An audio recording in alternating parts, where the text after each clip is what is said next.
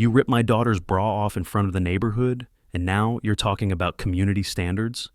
That was the first thing out of my mouth as I stepped onto the pavilion. Valerie Stroud, president of the Willow Ridge Enclave HOA board, didn't even blink. She still had one hand half raised, like she expected applause for what she'd just done. My daughter Lyra was on the ground, knees scraped, arm twisted beneath her, surgical bra torn wide open across her chest. The clasp had snapped clean. It was designed to release under pressure to avoid spinal strain. Valerie's grip made sure of that. "Your daughter's attire violates Section 14D, Valerie said, adjusting her HOA badge lanyard like she was flashing a sheriff's star. "No branded undergarments at family-designated events." She said it like we were talking about a logo on a sports bra, not a prescribed orthopedic support system for a teenager still recovering from vertebral fusion. "I hope you realize," I said, stepping closer, "that I have federal certification in force injury reconstruction, and I'm counting." Valerie's mouth twitched. A few heads turned. One person, maybe two, stopped sipping their wine spritzers. Because I wasn't bluffing. I built a trauma mapping system used by 3 state forensics labs. I train litigation teams in calculating muscular response times under duress. I've testified in wrongful injury suits that made HOA insurance premiums triple overnight.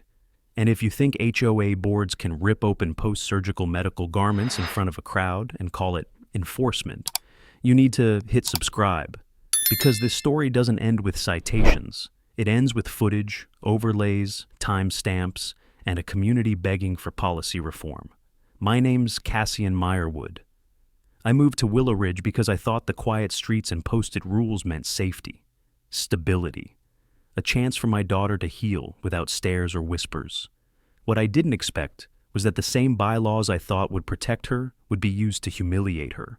Lyra had surgery 6 months ago, thoracolumbar fusion. 2 rods, 4 vertebrae, 1 year of recovery. Her doctor warned us the most dangerous threat wasn't the surgery itself. It was the social aftermath, the stares, the assumptions, the small-minded people who treat healing like deviants. So when I saw Valerie Stroud reach forward and yank the front of Lyra's shirt open, I knew exactly what had just happened.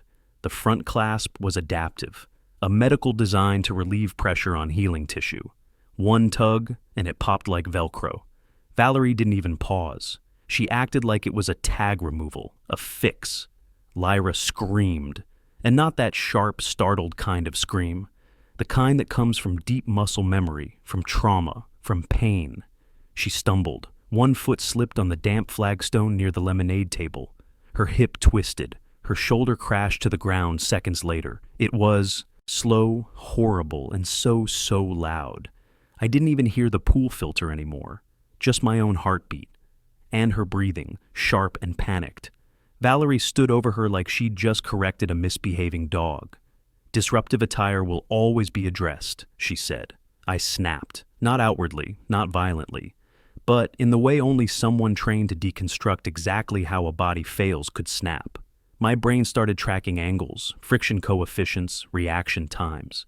I didn't even realize my fists were clenched until I saw a drop of sweat run down Valerie's temple. Lyra was still lying there, cradling her side. The worst part, she wasn't crying anymore. She was silent, embarrassed, hurt in a way I couldn't quantify with motion graphs or velocity traces. That's when I knew this wasn't going to be handled with a quiet complaint or a soft petition. This would have to be public, loud, inescapable, and it would end exactly where it started, on the sundial platform, the HOA's smug little monument to order. Because if the HOA wants to play judge and jury under the sun, I'll give them a trial they'll never forget. You don't rip open a kid's medical bra and walk away like it's policy. Not in my house. Not with my name.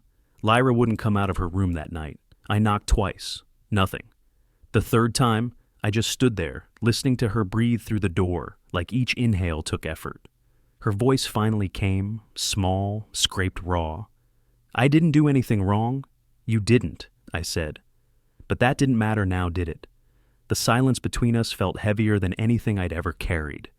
And I've carried more than most. Not just bodies, but broken ones, after wrecks, after falls, after impacts no one was supposed to survive.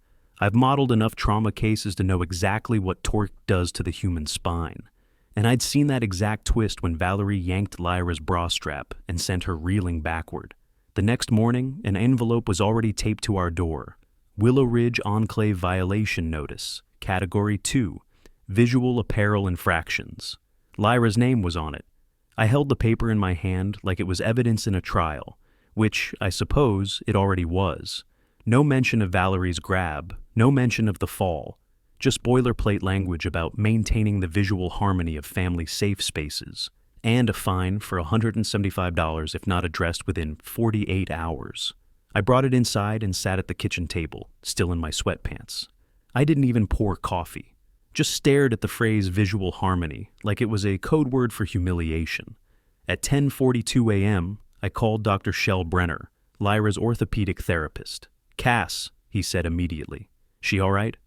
Physically, maybe, but her surgical muscle work was still knitting along the lumbar arc. A fall like that could have unseated the lower pin. "She needs an evaluation. You have my slot tomorrow." I thanked him and hung up. Then I opened my laptop and pulled up the Willow Ridge HOA Guidelines, PDF, last revised, January 1994. The language was archaic, garment outlines, modesty zones, bizarre diagrams of swimsuit silhouettes. But sure enough, buried under Section 14D, it was there. All apparel worn at community events must not reveal internal garment structure or specialized support mechanisms that may disrupt visual continuity for attending families. There it was, Valerie's twisted little escape clause. She'd used an unenforced, outdated line of HOA code to justify grabbing a medically prescribed garment off a recovering 15-year-old. That wasn't enforcement. That was theater. By noon, I was at the HOA office. The air smelled like artificial lemon and toner. Dina Core, the vice president, met me at the front desk. "Oh, Mr. Meyerwood," she said, like I'd wandered into the wrong building. "Valerie's not in today." I held up the citation. "She will be." Dina smiled thinly. "If this is about the unfortunate event yesterday, don't finish that sentence unless you want to be on the record." Her eyes tightened. "We're aware of the misunderstanding and believe it was handled appropriately. Valerie acted to prevent further discomfort to families at the event. By assaulting a medical patient?" Dina's hands folded. "She followed code. From 1994, written before half this community was born. It's still valid." I leaned forward. "That code cost you a stable L5 vertebra. I hope it was worth it." Dina blinked. I left. Later that day, I walked the block. I wasn't canvassing, just moving, thinking, processing. And I started noticing things. A neighbor on the corner, Mr. Hadley, watering his roses a little too pointedly when I passed. The Marin's youngest daughter pulling down her hoodie when she spotted me. Not fear, not quite shame either. Recognition. They'd seen it. But none of them had done anything. Back at home, I opened my laptop and checked the community forum. The post about the summer kickoff event was still up. 12 likes, a comment thread full of praise for keeping traditions alive and preserving the character of Willow Ridge. Nothing about Lyra, nothing about what Valerie did, except for one comment, anonymous. "This isn't the first time she's touched someone." No name, no context, just a timestamp and silence. But it was enough to keep me from sleeping that night, because if it wasn't the first, then I wasn't just fighting for Lyra anymore. I was fighting against something older, rooted, polished like the sundial itself, and I had no intention of losing. I didn't expect to see Eldon Cross outside that day. He wasn't the kind of man who lingered on sidewalks or waved at joggers. Most people didn't even know his name, but I'd seen it once on an internal email when I was filing a utility complaint. HOA Maintenance Archivist, a quiet title tucked away, behind technical duties and camera logs. He was kneeling at the base of the sundial platform, adjusting one of the low-placed motion lights, the same platform where Lyra had hit the ground, the same concrete I couldn't stop picturing every time I closed my eyes. I stood there for a beat, watching him. His hands were trembling slightly, though the afternoon was still and calm. He didn't look up when I approached. "Did the lights catch it?" I asked. No small talk. He paused, tensed, then slowly stood, wiping his palms on his jeans. His voice was soft, like it had spent years being ignored. "Catch what?" The assault, my daughter, the whole 83 seconds. His eyes flicked to mine just for a heartbeat, then away again. They said the cameras were offline, he muttered. That what they told you to say, or what you saw? No answer. He just bent again to the motion sensor. Tools rattled against the housing plate. I took a step closer. Look, I don't need you to testify. I don't need you to go public. But if those cameras were running, if anything was captured, it could prove she didn't just fall. Eldon's fingers froze against the screwdriver. For a long moment, he didn't move. Then quietly. They always say the cameras are down. They're not. He stood, eyes still not meeting mine. Valerie doesn't let footage leave the boardroom unless she's in it. Clean. I swallowed hard. So it's there. He looked past me, across the green, toward nothing. If you know where to look. That was the closest I'd get, for now. But it was enough. He started to walk away, toolbox swinging slightly. Eldon, I said. He stopped. You saw what she did, didn't you? His jaw tensed. I could see the muscle twitch. His back remained turned. I saw what everyone else saw, he said. Only difference is, I didn't look away. Then he kept walking. That night, Lyra tried to sit at the dinner table. She didn't make it 2 minutes. The chair curved wrong. The weight shifted unevenly.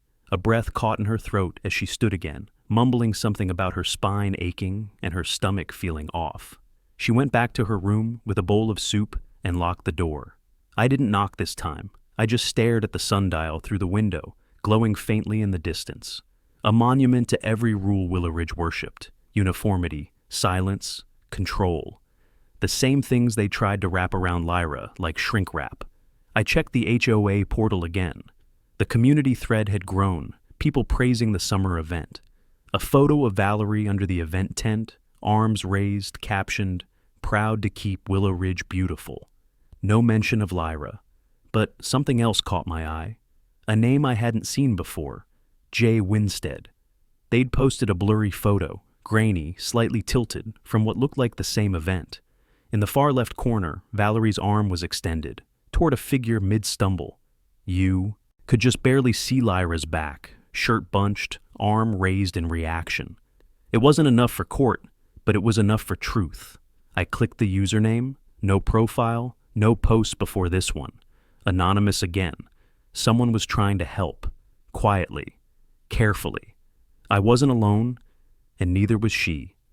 The next morning, I walked past the sundial again, and found the screws on one of the nearby camera mounts newly polished. Someone had opened it, recently. Eldon had left fingerprints. He wasn't ready to speak out loud, but he was watching. And if there's one thing I've learned from years in courtrooms and black boxes and impact modeling, it's that witnesses don't stay silent forever. Eventually, something breaks. A system, a person, a pattern. And I was about to make sure that what broke wasn't my daughter. The second notice was pink, a bolder color this time, posted right on our front door with masking tape that curled slightly at the corners. Someone wanted it to be seen, to make a point, maybe even to humiliate us. I peeled it off slowly. The header read, "Second notice. HOA code. Violation 14D, failure to comply. Continued visual disruption."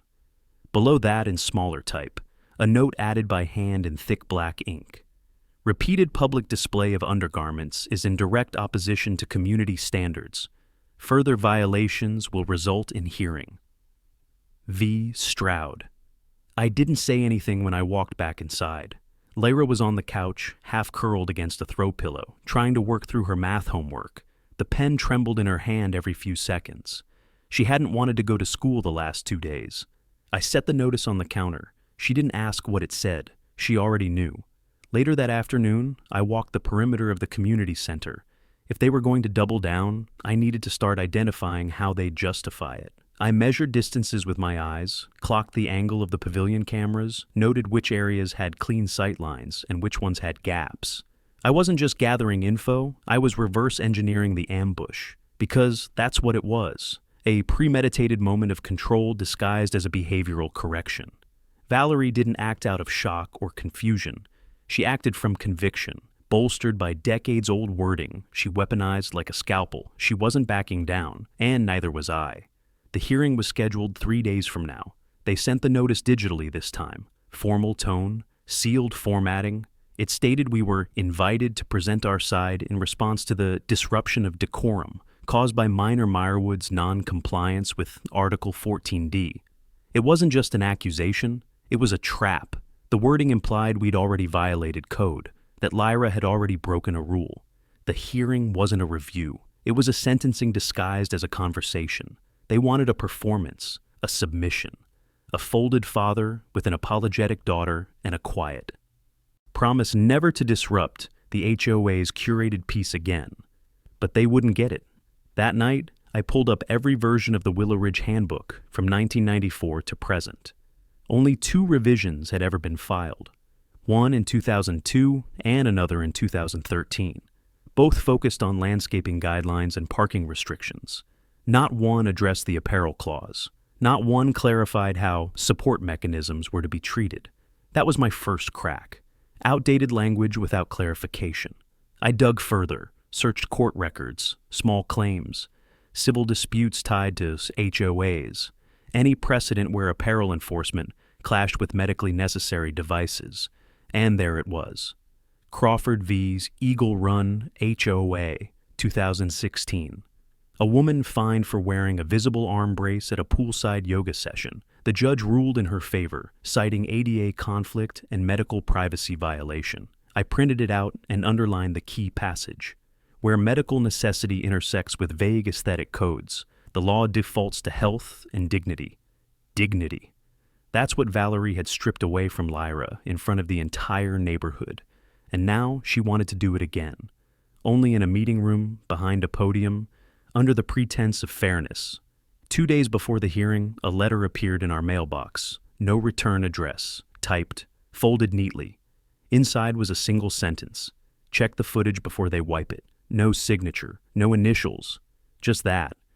I stared at it for a long time. It couldn't be Eldon. He wouldn't risk a paper trail. Someone else had seen something. Maybe even accessed something. Another crack in Valerie's armor. The HOA office closed at 6. I drove there at 5:30, parked across the street, and watched. Dana came out at 5:47. Valerie followed 6 minutes later. The building went dark by 6:15. I walked to the side utility door and looked at the camera mounted above. It was real, motion-based, infrared capable, likely looping to a drive stored inside the admin system. And someone, somewhere, had already checked it. Someone knew what was on that feed. Someone knew what Valerie had done, and was afraid she'd erase the proof. They should be. Because if that footage showed even half of what I remembered, then Valerie wasn't just about to lose her power. She was about to lose the whole damn board. I wasn't looking for answers at the cafe. It was the only place in Willow Ridge that didn't feel sterilized by the HOA's grip. No clipboard patrols, no lawn police, no laminated signage about optical harmony. Just mismatched mugs, weak coffee, and free Wi-Fi. But that's where I heard her. Dina Core, vice president of the board, Valerie's shadow. Loud enough to want attention, but quiet enough to pretend she didn't. She sat 2 tables down, hunched slightly, talking to a woman I didn't recognize. Someone from another community, maybe. Realtor type. Her blazer was too stiff for a regular resident. I mean, we fixed it before it got out, Dina was saying, sipping from a straw like she'd just handled some paperwork, not a person. Valerie said Eldon's raw file was flagged. She locked it before he could do anything dumb. The other woman chuckled, flat and detached. You sure?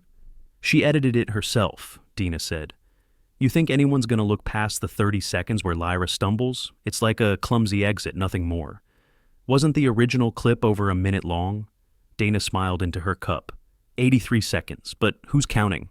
I didn't move, didn't breathe, just stared at my screen while my heart kicked like a bad drum. 83 seconds. She said it casually.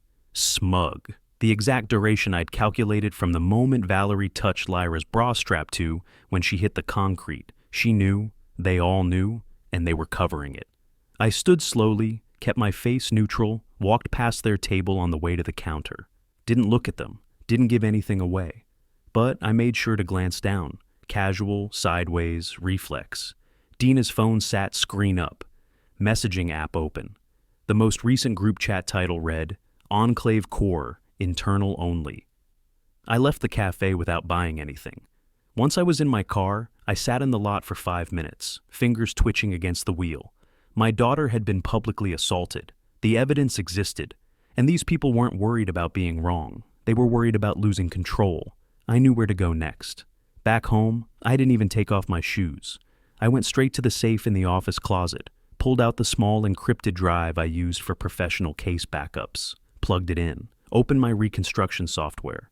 The moment Dana said 83 seconds, it wasn't just personal anymore. It was professional. That's when the language changes, from emotion to physics.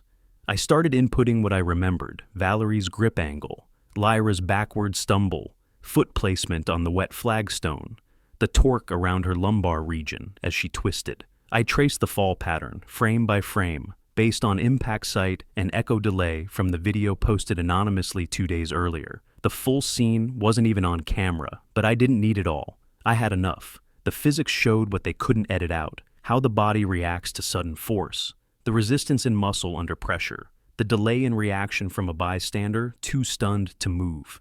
It didn't matter what Dina cut. The truth lived in motion. I laid out a 3D timeline, created a basic skeletal animation based on Lyra's height, weight, flexibility range, and surgical limitations. The result wasn't ambiguous. The clasp didn't fail. It was torn open with an angled force exceeding what a passive fabric shift could produce. Valerie didn't brush it. She ripped it. And Lyra didn't fall because she slipped. Her weight was pulled off center. Her spinal recovery zone absorbed a directional torque that matched a dislocation arc. I saved the reconstruction. 83 seconds. I stamped it in red at the bottom right of the screen, and then I backed everything up 3 times. 1 on a drive I'd keep, 1 I'd encrypt and bury in legal channels, and 1 I'd hand-deliver to someone who couldn't ignore it. But I wasn't ready to go public yet. Not until I had their footage, the raw one, the one Eldon saw, the one Valerie locked. I knew it existed now, knew what time it started, what angle it needed, and I knew someone on that board was afraid I'd find it, which meant they were finally running out of time. Lyra winced as the elevator jolted to a stop on the 3rd floor of the rehabilitation center. She didn't complain. She hadn't since the fall, but I saw it, the stiffness in her shoulders, the shallow way she breathed when she shifted, the involuntary twitch when she adjusted her weight. The nurse helped her onto the exam table while I handed over the insurance forms. The same forms I'd updated twice in the last month, because every week something new demanded proof of coverage, of necessity, of reality. Dr. Shell Brenner walked in, jaw tight, eyes tired. "Let's take a look," he said softly, nodding at Lyra. "You doing okay?" She nodded barely. He lifted the hem of her loose shirt, eyes scanning the deep bruising still visible along her side. Then he traced along the scar tissue. A sharp intake of breath from Lyra stopped his hand, his head tilted slightly. "Left side mobility reduced?" "Not by choice," she muttered. He nodded once, then looked at me.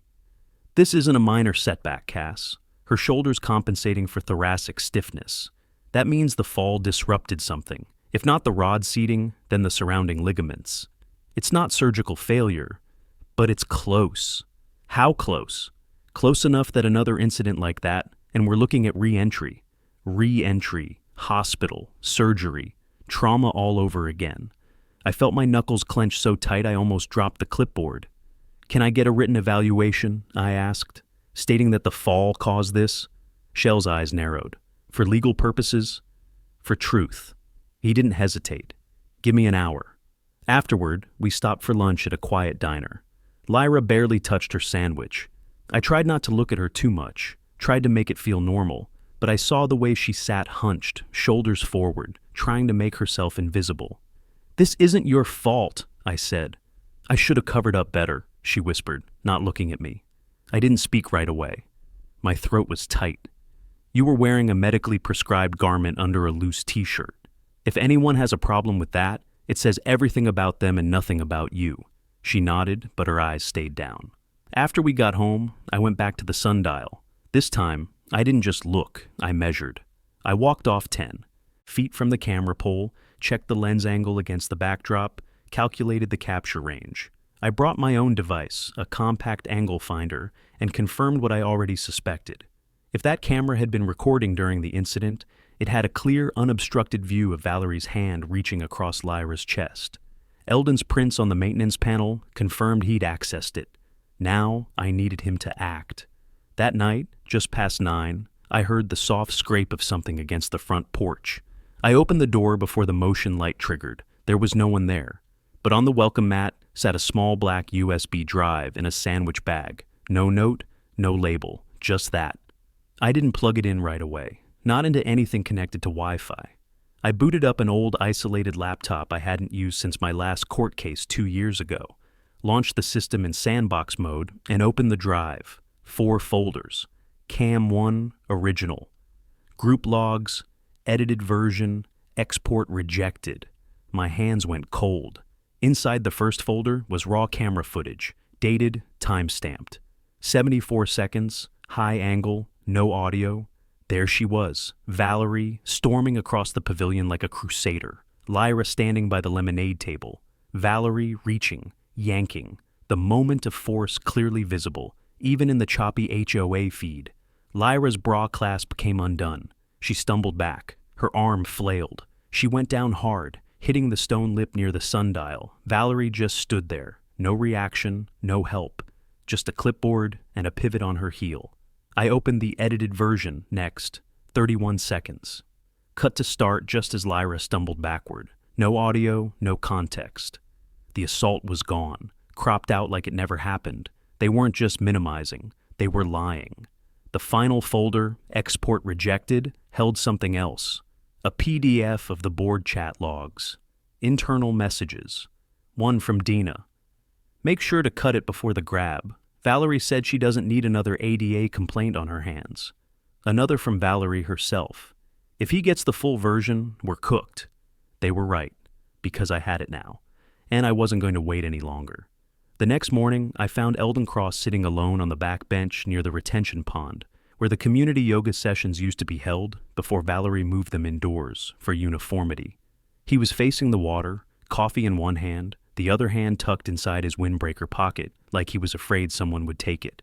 I didn't sit down right away. I just stood behind the bench. You gave me enough to burn the whole thing down. He didn't look back. Didn't do it for you. No, I said. You did it because you saw her fall and you didn't look away. Still no eye contact, but his voice came lower, rougher. She was crying before she hit the ground. My chest tightened.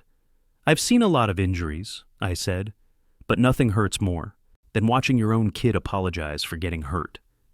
Eldon finally looked at me. His eyes weren't angry or afraid. They were tired, like someone who'd carried too much of someone else's guilt for too long. She's not the first, he said. 3 years ago, another girl, Haley Wren, 9 years old. Her back brace was poking through her dress. Valerie pulled her out of the pavilion and told her mother she was embarrassing the neighborhood with disability optics. What happened to them? They moved within the month. Quietly, Valerie made sure it stayed that way. That was it. I sat down next to him. You still have admin access? He nodded. Limited. Valerie had me copy everything to an encrypted drive last year, told me it was in case the board ever got audited. She didn't realize I mirrored it to my personal cloud. Is it all still there? Yes. Can you extract chat logs, meeting minutes, and policy amendments tied to Garmin enforcement? He reached into his coat and pulled out another USB, slid it across the bench. Everything you need? I took it. Why now? I asked. Why help? His hands tightened over the cup. Because if you don't do something with this, she'll just find another kid to humiliate. Valerie doesn't enforce rules. She enforces control. He stood without waiting for thanks, walked toward the footbridge, and disappeared behind the trees. I went straight home, plugged in the second drive, and started cross-referencing what I had. The chat logs weren't just damning, they were strategic. Valerie and Dana had a running thread titled 14D Optics, where they debated whether to tighten apparel enforcement before the summer event to make an example. They'd chosen Lyra. They planned it. In one entry dated 2 days before the assault, Valerie wrote, "Target the girl with the back brace. Sends a message early, keeps the others in line." I leaned back in my chair, staring at the line. This wasn't bias. It wasn't enforcement. It was deliberate targeting, and I had it all. Footage, logs, prior examples, and now a timeline of premeditation. I compiled everything into a single secured folder. I watermarked each piece with timestamps, digital fingerprints, and hash keys. I created a clone on a backup laptop with no internet connection and placed it in my safe. Then I called someone I hadn't spoken to in months, Hayden Jin, an investigative reporter and former litigation researcher. We'd worked a case together 5 years back when an HOA in Dallas buried surveillance footage after a child was injured on the community property. She answered on the second ring. "Cassian? That you? I need your help. Who's bleeding?" "Not yet," I said, "but someone's about to." We met at a diner across county lines. Neutral ground, no HOA plants, no board members sipping coffee 4 tables down. I laid out the footage, the chat logs, the policy documents, and the forensic reconstruction. She didn't interrupt once, just read, watched, scrolled. When she looked up, her face was stone. "This isn't just exposure. This is systemic neglect. Can you take it live?" "I'll do you one better," she said. "We'll premiere it during Willow Ridge's annual board review meeting. You stream it, I mirror it to every HOA accountability channel I have. Public? Very. We'll bury them in truth before they even finish the pledge." I nodded. The date was already on the community calendar. Board review, 6 p.m. at the Sundial platform. Perfect. That's where this started, and that's where it would end. I didn't sleep the night before the board review. Not because I was nervous, I was calculating. Motion paths, playback angles, display legibility under natural light. I replayed the footage a dozen times, both the raw and the edited versions, watching how Valerie's fingers jerked forward in frame 19, how Lyra's knees bent wrong in frame 42, how she hit the pavement with her spine, arched at exactly the angle Dr. Brenner warned could rupture the tissue adhesion. Every frame had weight, and every second had consequence. At 2 a.m., I loaded the final package onto a mirrored drive. One copy went into a waterproof envelope and taped to the underside of my car's glove box. One went to Hayden, encrypted through her journalist-grade servers. And one stayed on a backup laptop, air-gapped inside a fireproof case in my office safe. Because if they tried to silence me during the event, I wouldn't just counter, I'd detonate. By sunrise, I was in the garage with the old projector I used for injury presentations, back when I trained forensic interns. It still worked, loud but bright. I tested visibility at 20 feet against a mat board, then packed it with cables and HDMI converters into a rolling duffel. Lyra came downstairs around 7, still in her robe. She looked better, tired, but not hiding. "You sure you want to come?" I asked. "I do." "Not for them. For me," she said. She held the folder Hayden had prepped, an affidavit from Dr. Brenner, still warm from the morning courier. She'd asked for it. Told me she didn't want me fighting for her if she couldn't face what was done to her. She didn't need to speak. Just be present. We arrived an hour early. The Sundial platform was already roped off in preparation. Folding chairs lined the grassy slope around the stage. A table stood near the center. Microphones, water bottles, the HOA's banner flapping slightly in the wind. Valerie wasn't there yet, but Dina was. She spotted us from the curb and immediately turned away, whispering into her phone. Hayden arrived a few minutes later with 2 assistants and a small tripod camera. She nodded at me once and began setting up her angle. "What's the backup plan?" she asked under her breath. "If the mic gets cut, I'll use the amp. If the amp goes, we stream. If the stream glitches, I have hard copies with 3 residents I trust." "Good," she said, "because this is going to spread. Fast." She wasn't exaggerating. Her team had already scheduled a synchronized rollout across 5 local watchdog forums and 2 disability rights networks. The package included forensic overlays, motion reconstructions, audio-enhanced clips of the board's internal messages, and anonymized quotes from Eldon. The timer was set to launch 5 minutes after the board's opening statement. That way, they couldn't shift the narrative. By the time Valerie finally walked up to the stage, clipboard in hand and sunglasses on, like she was about to officiate a ribbon cutting, the chairs were mostly filled. Neighbors with sunglasses, teenagers on the hill behind the benches, A few reporters with press badges tucked half hidden under lanyards. She opened with her usual lines, welcoming remarks, vague gratitude, a nod to the spirit of harmony.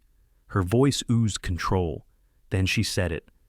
We'd like to start by addressing some of the misinterpretations surrounding recent safety concerns at our summer kickoff gathering. That was my cue. I rolled the duffel forward, opened the lid, and flicked the projector on. The screen lit up on the HOA's own banner. I flipped it aside. Valerie faltered. Hayden's assistant raised the live stream camera higher. Dina stood from her seat, whispering again. I stepped forward with the clicker in hand. Before you finish rewriting history, I'd like the neighborhood to see what really happened during those 83 seconds. The first frame snapped onto the screen. Valerie, reaching, Lyra, bracing. Frame by frame, the truth unfolded in front of every witness. No room left for lies. The first gasp came at frame 17. It wasn't loud, more like a collective intake of breath, sharp and involuntary. A sound that said no one expected to actually see it.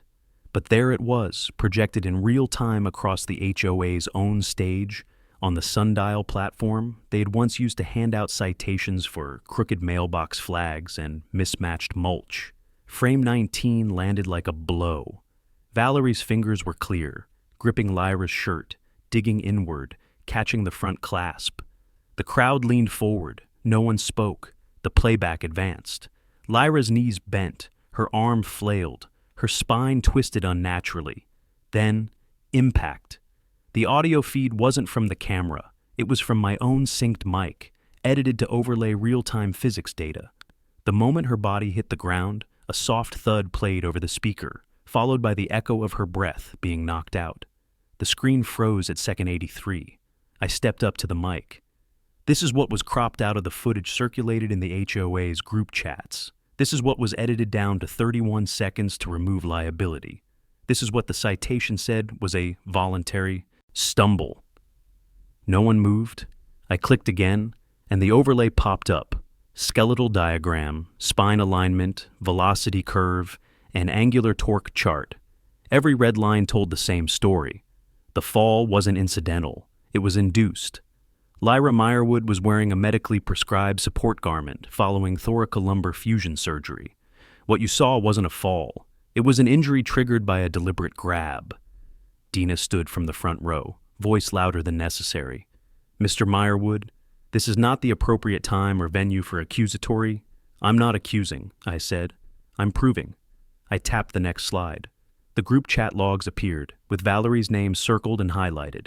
Target the girl with the back brace, sends a message early, keeps the others in line. Murmurs rippled. Phones came out. People started filming the screen, the stage, the reactions. Valerie still hadn't moved. I locked eyes with her. She looked pale, lips tight, like she'd swallowed something poisonous and was trying not to vomit it back up. I've provided this documentation to the press, I continued. The footage, the reconstructed analysis, and the chat logs have already been mirrored to multiple platforms. Even if this projector cuts off, even if the mic dies, the truth is already moving faster than you can. Behind me, Hayden stepped forward and handed copies of the packet to two residents from the second row, the same residents who'd once praised Valerie for holding the line on standards. They took the folders without hesitation. Now, I said, turning back to the audience, you have a choice. The crowd was dead silent. This platform, the sundial, has been used to announce fines, threats, and citations. Today, it announces accountability. I turned and faced the board table. Valerie Stroud, you grabbed a recovering medical patient without consent, falsified footage to erase that act, coordinated a disinformation campaign with your vice president, and issued citations based on a rule written in 1994 that violates ADA compliance and basic human dignity. Valerie opened her mouth, closed it. Her hands shook as she gripped the table. I walked off stage. Hayden took the mic next, crisp and poised. As an independent journalist and legal liaison for multiple HOA oversight groups, I will be submitting this footage, chat records, and policy documents to the state's Housing Regulatory Office and the ADA Enforcement Division. More murmurs, some of them louder now. Someone in the back clapped once, then twice. Then a small pocket of neighbors joined in. Not in celebration, but recognition. A weight shifting. Valerie stood, her voice barely carried. I didn't mean for it to... Dina stepped away from her, taking 3 slow steps backward as if trying to put space between herself and the fallout. No one interrupted her, because it didn't matter anymore. The truth had already filled the room. The board adjourned the meeting in silence. No closing statements, no procedural wrap-up. Valerie didn't even gather her papers, just left them scattered across the table like they might dissolve under sunlight. Dina slipped away a minute later, not even looking back. The crowd stayed frozen for a moment longer, like they weren't sure if the event had actually ended or if they were still supposed to pretend the platform had authority. Then someone stood. A man from the east side. I recognized him vaguely. Terracotta planters, always walking a gray terrier. He walked up to Lyra, crouched beside her chair, and said something I couldn't hear. She nodded. Quiet, small smile. He walked away, and then others began coming up too. A woman in her 60s gave Lyra a tissue and whispered something that made her laugh. A teenager who hadn't spoken during the entire meeting handed her a folded note. Even Eldon appeared, hanging back at the edge of the hill, offering a small nod before disappearing again.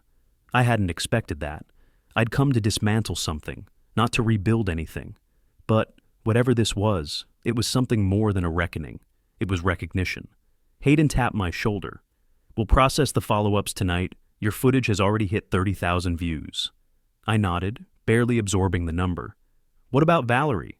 Local papers asking for a statement. Her house is being watched by a few camera crews. I'd guess she's drafting a resignation letter. She better be. Hayden looked at Lyra. She okay? Better now than she was a week ago. That was one hell of a speech. It wasn't a speech, I said. It was a transcript. We packed up the equipment slowly. Not in a rush, not because we were dragging our feet, because it felt like closing a chapter with deliberate weight. Every cable wound neatly. Every hard copy accounted for. The sun started to dip, casting long shadows across the sundial platform. Lyra stood on it, arms folded, just staring down at the stone. That's where I landed, she said quietly. I joined her, standing just behind her shoulder. I remember, I replied. She looked up at me. I thought I'd never walk up here again without feeling small. You don't look small to me. She smiled, but only for a moment. Then her eyes went hard again, focused. They're going to act like this didn't happen, try to forget it. Some will, but not all. She turned back to the crowd, smaller now, breaking up in clusters, but talking, debating, awake. Did you mean it? She asked. About changing the rules? I nodded. Already started drafting language. Hayden's forwarding it to a compliance attorney. We'll make it stick. She stepped forward, tapped the sundial with her knuckle. Good, because no one else should land on this stone the way I did. That night, the board issued a notice through the HOA's internal portal. Valerie had stepped down effective immediately, citing personal reasons and the desire to focus on family.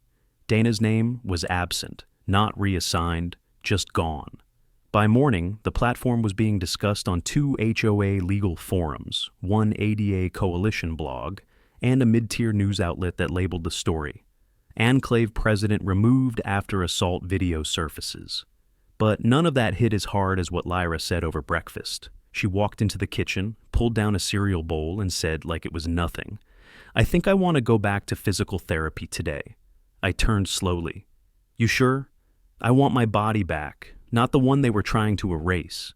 That silenced me for a while, because beneath all the paperwork, footage, overlays, court filings, and microphone feedback, that was the win. That was the whole reason, and that was something no board, no violation notice, no policy written in 1994 could touch. The final meeting wasn't scheduled. It was demanded. 2 days after Valerie's resignation, an emergency session was called at the clubhouse. Not by the old board, but by the residents. It wasn't symbolic. It was procedural.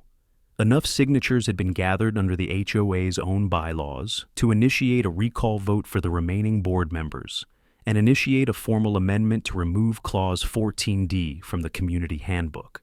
They tried to bury it in quiet language. Community guidelines reconsideration. But no one was fooled. Everyone knew what it was. It was judgment. When I arrived, the parking lot was full. Neighbors I'd never seen at previous meetings now leaned against cars, holding manila folders or printed screenshots of the footage. Eldon stood near the edge of the lot, arms crossed. He didn't speak. He didn't need to. His presence was an acknowledgement, and everyone gave him a wide berth of quiet respect. Inside, folding chairs lined the meeting hall in tight rows. The usual podium stood up front, but this time no one guarded it. There was no clipboard sentry, no Valerie, no Dina. Lyra sat beside me, her back straight, not defiant, not defensive, just steady. At exactly 6:00 p.m., the interim secretary, a woman named Helen Greaves, called the meeting to order.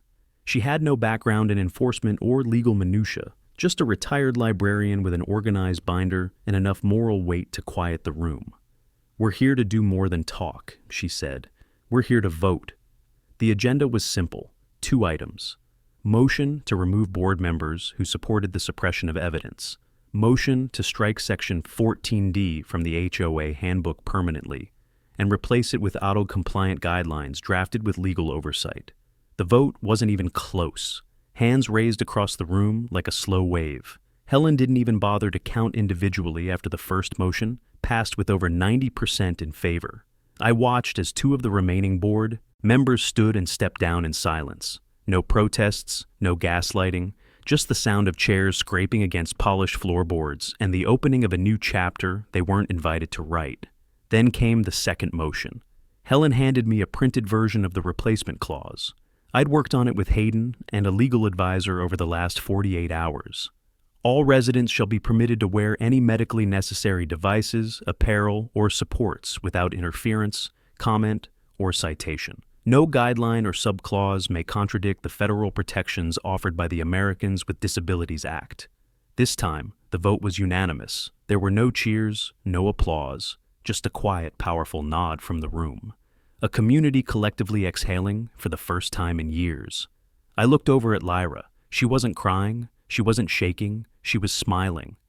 After the meeting, people stayed behind. Small clusters formed. Some hugged, some apologized. Some just stood in stunned silence, realizing they had allowed something cruel to thrive for far too long. Helen approached us before we left. "I reviewed all your materials," she said. "Your daughter, she changed this place." I shook my head. "No, she just survived it. She did more than that." Before we could respond, Helen added, "We're renaming the sundial." That caught me off guard. "To what?" "The Lyra Meyerwood platform," she said, "to remind people what silence costs." Lyra's face went still. Her hand gripped mine, just once, before releasing. We didn't say yes. We didn't need to. Outside, as we walked back to the car, I noticed the flyers already being posted near the clubhouse entrance. Official notices about the amended policies, public access to the footage, and a printed apology signed by every remaining member of the former board. It read, "We failed to protect a child in our care. We failed to listen. This new policy is just the beginning." They were right. Because buildings don't change, papers don't change, but people do. And sometimes it only takes one girl facing down a system built to erase her to make sure they never forget. 2 weeks after the vote, the sundial platform looked different. Not because anyone rebuilt it. Willow Ridge never spent money unless it involved mulch or seasonal banners, but because the people around it had changed. Kids played near it now. Adults walked past without tightening their posture. No one avoided the stone lip where Lyra once hit the ground. There was no fear attached to it anymore. The new plaque wasn't installed yet, but the temporary one, laminated, taped carefully to the base, already had flowers tucked beneath it. Some real, some plastic, some hand-drawn by kids who'd heard the story from their parents. Lyra walked up to the platform, paused at the first step, and glanced back at me. "It doesn't feel heavy anymore," she said. "That's because it's yours now," I told her. She wasn't wearing the brace today, not because she didn't need it anymore, but because Dr. Brenner said she was stable enough to move cautiously under supervision. It felt symbolic, her standing there unassisted for the first time since the incident. I stepped onto the platform beside her. The breeze carried the faint smell of someone grilling 2 streets over, mixed with the fresh-cut grass trimmed earlier that morning.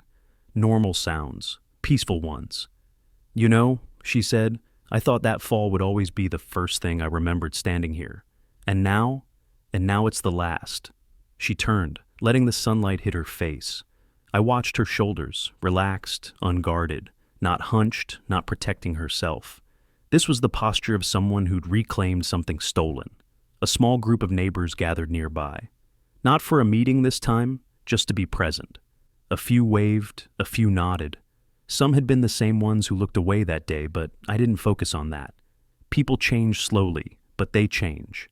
Helen approached holding a folder. "The attorney finalized the amendment," she said. "It'll be filed with the county by end of week. Once the plaque arrives, we're hosting a small dedication. Nothing formal, just gratitude." Lyra smiled softly. "You don't have to do all that." "It's not for you," Helen replied. "It's for the next kid." I watched the exchange quietly. There was healing in it, not complete, but real. When Helen walked off, Lyra pointed at the engraved sundial plate set into the center of the platform, the metal circle that cast shadows to mark the hour. "Do you think Valerie's ever going to come back?" "She already did," I said. "She came back the moment the truth landed. She just didn't get to control the landing." Lyra laughed, light, genuine. The kind of laugh I hadn't heard from her in weeks. We stayed there a long time, not speaking, letting the neighborhood move around us instead of against us. At one point, Eldon appeared at the edge of the walkway. He didn't approach, just nodded once. I nodded back. That was all either of us needed. When the sun began to dip, Lyra whispered, "I'm glad we didn't leave." Me too. There had been moments, dark ones, where I considered putting the house on the market, packing up, disappearing somewhere without bylaws printed on recycled cardstock. But victory wasn't leaving. Victory was making sure no one else would have to. As we headed back up the path toward the cul-de-sac, Lyra stopped again and looked over her shoulder. "Dad?" "Yeah? Do you think anyone would have helped us if you didn't do what you did?" I didn't sugarcoat it. "Some, yes, but most people just need someone else to move first." She nodded. "Then I'm glad you moved." I placed a hand on her shoulder, carefully, gently. She didn't flinch. "You did more than that," I said. "You stood." We walked the rest of the way home in silence. A good silence, the kind that fills rather than hollows. Before we stepped inside, I looked around at the houses, the lawns, the sidewalks. Same place. New rules, new accountability, new equilibrium, and a community that now knew exactly what happens when you try to hide the truth. If you've made it this far, if you felt any part of what happened on that sundial platform, tell me where you're watching from. Stories like this matter more when they're shared,